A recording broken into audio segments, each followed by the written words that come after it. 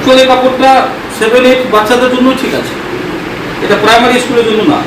হয়তো খুবই নিম্নমানের, সেলাইও নিম্নমানের, কাপড়টাও নিম্নমানের।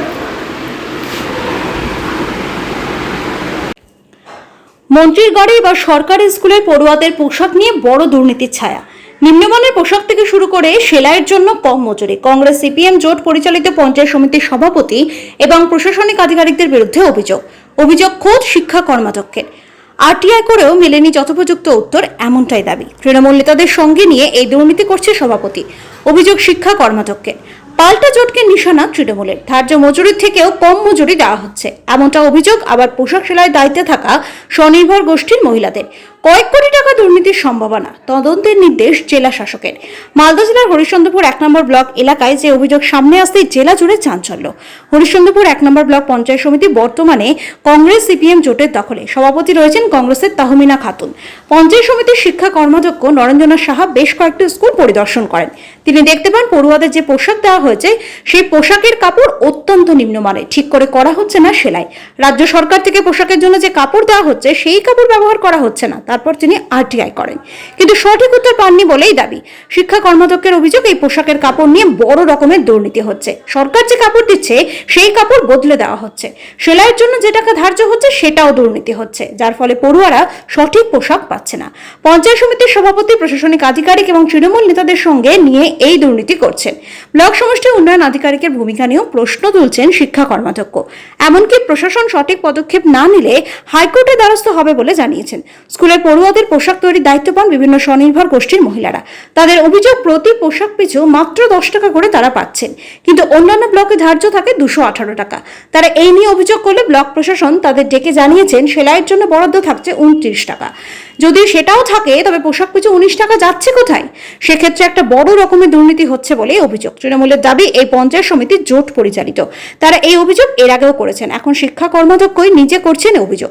কিন্তু প্রশ্ন উঠছে, পঞ্চায়েত সমিতি জোট পরিচালিত হলেও রাজ্য সরকারের এই প্রকল্পে যে দুর্নীতি, সেক্ষেত্রে প্রশাসন কি করছে? স্থানীয় বিধায়ক তথা রাজ্যের প্রতিমন্ত্রী বা কি করছেন? যদিও বিডিওর দাবি যে বিষয় নিয়ে আরটিআই হয়েছিল তার জবাব দেওয়া হয়েছে, অন্য কোনো অভিযোগ আসেনি। কারণ অভিযোগ থাকলে অভিযোগ করতেই পারে। পোশাক যে নিম্নমানের সেটা মেনে নিচ্ছে স্কুলগুলো। সমগ্র ঘটনায় তদন্তের নির্দেশ দিয়েছেন জেলা শাসক নিতিন সিংহানিয়া। যদিও প্রতিক্রিয়ার জন্য পঞ্চায়েত সমিতির সভাপতি তাহমিনা খাতুনকে বারংবার ফোন করা হলেও তিনি ফোন ধরেননি। আর এই নিয়ে শুরু হয়েছে রাজনৈতিক চর্চা।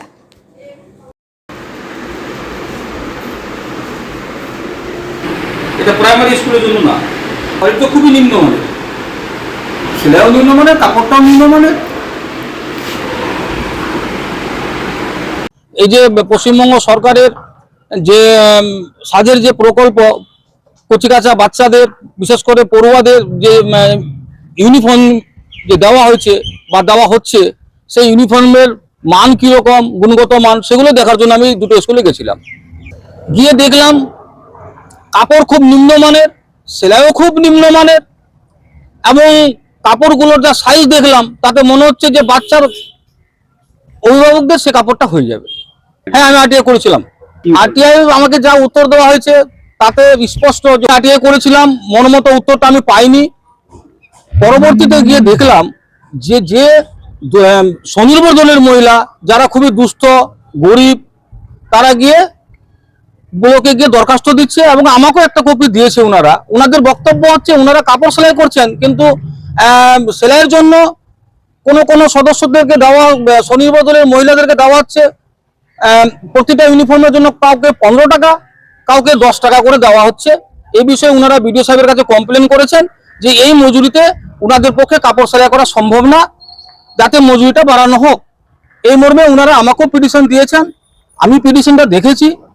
পরবর্তীতে যেটা আমি বুঝতে পারছি যে পশ্চিমবঙ্গ সরকারের যে এই যে একটা সাধের প্রকল্প, কোটি কোটি অর্থ সেখানে ব্যয় করছে পশ্চিমবঙ্গ সরকার, কিন্তু কিছু আমলা আছেন, কিছু সরকারি আধিকারিক আছেন নিচু স্তর থেকে উঁচু স্তর পর্যন্ত, যারা শুধুমাত্র কাটমানি খেয়ে এই ঘটনাগুলো ঘটাচ্ছেন, সাধারণ মানুষকে বঞ্চিত করছেন।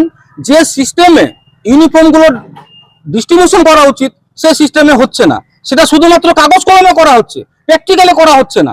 এটাতে কিছু রাজনৈতিক নেতাদের রয়েছে, ইন্ধন রয়েছে, সরকারি যিনিরা আধিকারিকরা বসে আছেন তারা তো আসেনি, যেটা স্পষ্ট হয়ে যাচ্ছে। ঘটনা প্রসঙ্গে আমি বলতে বাধ্য হলাম। আপনাদেরকে কত টাকা করে দেওয়া হয় কাপড়? 10 টাকা করে দেয়। সেন্টার থেকে মানে সেলাই সেন্টার ব্লক থেকে সেন্টার মানে খোলা হয়েছে তুলসিয়াটাতে, ওখান থেকে আমরা সংগঠনের কাছ থেকে নিয়ে আসি। সম্মিলিত বিদ্রোহী নেত্রী, হ্যাঁ, দলের একটা সংঘ থাকে, আমরা 10 টাকা রেটে নিয়ে আসি। আমরা সংঘ নেত্রীদের কাছ থেকে নিয়ে আসি। আমি শ্রাবন্তী মহিলা সমিতি। হ্যাঁ, আমরা ব্লকে ট্রেনিং করেছিলাম কি না, তো ব্লকে আমাদের নাম এসেছিল, নাম দেওয়া হয়েছিল, কিছুদিন আগেই নাম দেওয়া হয়েছিল, তো ব্লকে ডাক এসছে, কিন্তু প্রত্যেক দলের নাম আসেনি, আমার নাম এসছে, তো আমি ট্রেনিংটা করেছিলাম। আমি আবার কয়েকজনকে এখান থেকে যেহেতু বলেছিল আমাদেরকে সঙ্গে নেত্রী যে কয়েকজনকে আরও নিয়ে যাবো, তো আমি কয়েকজনের নাম দিয়েছিলাম এখানে, মানে একটা আছে সঙ্গীতা পোদ্দার, একটা শুভ্রা, একটা দীপাশা আর মুন্নি দাস, এই মানে 3-4 জনের আমি নাম দিয়েছিলাম। করলো, আমি দিলাম, আমি আমার কাছ থেকে আমি করলাম, মানে যেহেতু ব্লকেরই আমরা ট্রেনিং দেওয়া ছিল তাদেরকেই আমি দিয়ে কাজ করাই করলাম সবাই মিলে। আমি অভিযোগ করেছিলাম যে সেলাই যে আমরা যেটা করছি সেটা কম পাচ্ছি টাকা, ওটাই 10 টাকা করে পাচ্ছি। আমার দলের নাম হলো ভূমি মহিলা সমিতি। আপনি কি দায়িত্বে আছেন সেই? আমি দলনেত্রী। আমার দলে না, আলাদা দলে ওই সেলাই কাজ করে 10 টাকা করে দেয়। শুনেছি যে 218 টাকা করে দিচ্ছে, কিন্তু আমরা 10 টাকা করে পাচ্ছি। সব এখানে দালালি চলছে উপর থেকে নিচ পর্যন্ত। আমি লিখিতভাবে দরখাস্ত দিয়েছিলাম, তখন ওদেরকে ডেকেছিল, বলেছিল যে 29 টাকা সরকারি রেট। 29 টাকা সরকারি রেট? পার সেট 29 টাকা বলেছে ব্লক থেকে, আমাদেরকে সেটাই বলেছে। ওরা বলছে যে আরও ক্যারিং খরচা আছে, তারপরে ভাগ ভাগ হয়ে আসছে, আচ্ছা। তো ওই জন্য আমাদেরকে শুধু 10 টাকা করে দিচ্ছে। ভূমি মহিলা সমিতির আমি দলনেত্রী। অভিযোগ মানে আটটাই করেছেন, যার যার উত্তর জানতে চেয়েছিলেন সব ডকুমেন্ট সহ দিতে হয়েছে, অভিযোগ তুলছেন কেন সেটা আমি কি করে বলবো? উনি যা চেয়েছেন সেটা সবটাই দিয়েছে, তারপরে তো উনি আর কিছু আসেননি বা বলেননি যে আমি এই তথ্যটা দিইনি বা এটা নিয়ে আমার কথা আছে। উনি তো আসতেই পারেন, সবাই তো আসতে পারেন, উনি তো আসেননি, উনি বলেনই না আমাকে। কাপড় তো আমরা কিনি না, কাপড় তো স্টেট থেকে দেয় গো, স্টেট থেকে জেলাকে দেয়, জেলা আমাদেরকে দেয়। সেলাই গ্রুপের মেয়েরা করে, সেটা দেখে বলতে হবে। একটা মানে মানে প্যান্টের একটা রেট আছে, তারপরে জামার একটা রেট আছে, সালোয়ারের একটা রেট আছে, কামিজের একটা রেট আছে, মনে নেই, অনেকগুলো রেট আছে আলাদা আলাদা, হাফ শার্ট ফুল শার্ট, ওটা দেখে বলতে হবে। অভিযোগ কাকে করেছে জানি না, আমার কাছে কোনো অভিযোগ আসেনি। অভিযোগ করলে ভুল অভিযোগ করছে, কারণ উনি যেটা চেয়েছেন সেটা সবটা দিয়ে দেওয়া হয়েছে, করতেই পারে। অভিযোগ করে যদি কেউ কোথাও কমপ্লেন করে, তারা এনকোয়ারি করে দেখবে যে আমার বিরুদ্ধে অনেকে করেন, তো সব কি সত্যি নাকি? কোনোটাই সত্যি না।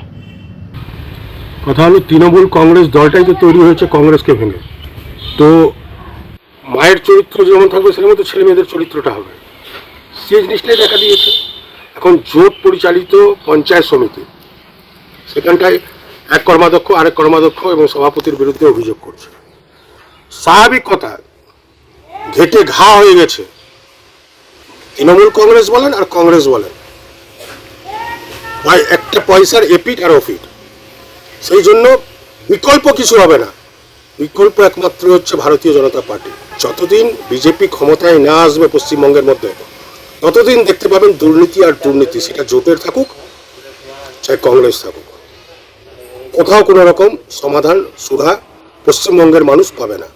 এর মধ্যে দুর্নীতি তো স্বাভাবিক কথা, এরা যেখানে দুর্নীতি করার সুযোগ পাবে, সে কংগ্রেস হোক, সিপিএম হোক, তৃণমূল কংগ্রেস হোক, যেখানে দুর্নীতি করার সুযোগ পাবে সেখানেই দুর্নীতি করে বসবে। বাচ্চাদেরকে পর্যন্ত ছাড়লো না, স্কুল পড়ুয়াদেরকে ছাড়লো না, তাদের পোশাকে দুর্নীতি করে বসলো। মিড ডে মিলে দুর্নীতি করছে, পোশাকে দুর্নীতি করছে, রেশনে দুর্নীতি করছে, চাকরিতে তো করছেই।